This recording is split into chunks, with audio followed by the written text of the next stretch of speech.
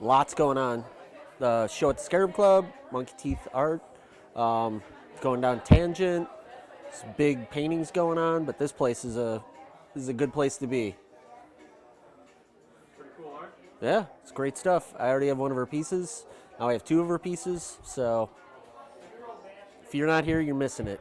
How long have you known Monkey Teeth? I've known her now for about a year and a half, almost 2 years. So art scene in Detroit can be pretty tight, depending on the circles you're running. So we definitely run in the same circles. I hear you're sort of a performance artist. I don't know. Maybe. It's hard to say.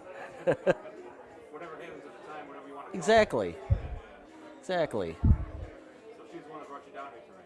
Yep, definitely. So we've been kind of supporting all the emerging artists as they're coming up. So I've seen her at several of these shows here. I've been at several of them over the past couple of years. So it's kind of like supporting the whole scene in the art scene here with the other artists.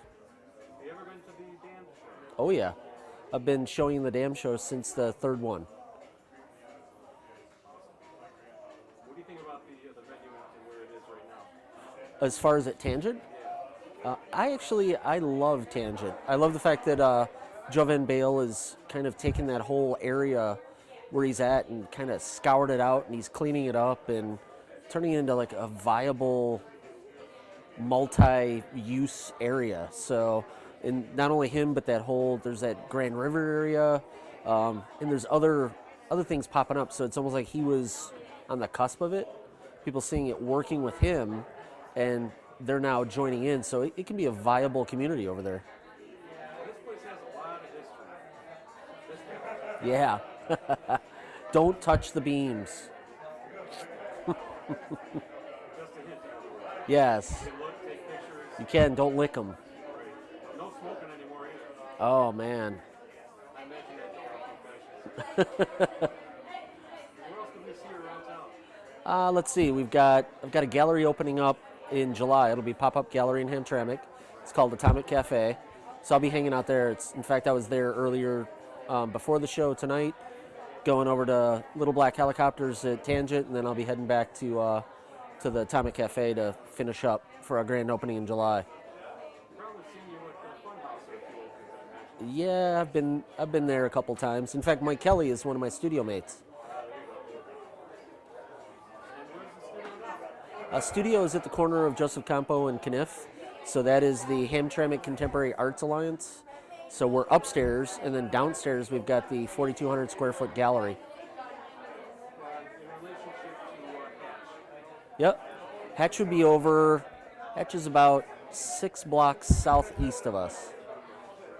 How long have you been doing what you've been doing? Well, started out in 92 till 96. Then I moved overseas for 6 years. And it's hard to paint and sculpt in Japan and stick it in a suitcase and come back here and then go over and live in Germany for 2 years and bring it back. So everything was in storage. I didn't break it all back out until 2008. I started showing at Future 2 Gallery in Royal Oak, which is now defunct, but that kind of got me back out, got the paints back out, the ideas back out. So instead of focusing on where to eat and how to catch a train and how to talk in a different language, now it's flipped back into the art side. Along with the visuals that you included in this video, how would you describe your style or your interest? Actually, I have a good way to describe it. I make art that doesn't sell. It's also been called macabre, disturbing. Usually the darker words.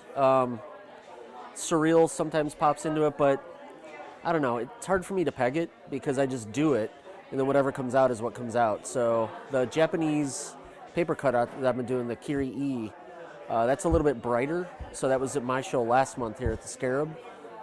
That's more like a graphic novel style art. So it's a little bit more appealing to the general audience as opposed to sculpted heads with syringes in it as a mohawk. So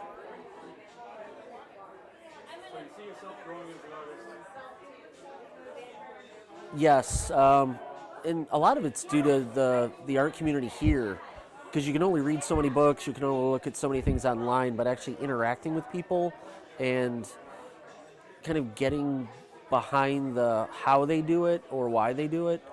What happens is there's a certain osmotic process that happens. So you'll find yourself. One of my other studio mates is Glenn Lafayette Allen, Neptune, and he does a lot of stuff that would be more comic book oriented. So I can guarantee you that my Kiri E stuff was a direct correlation to studio time with him. Anything else you want to tell the viewer who might not even get your art, but knows they should like it for some reason? Buy it if you dare.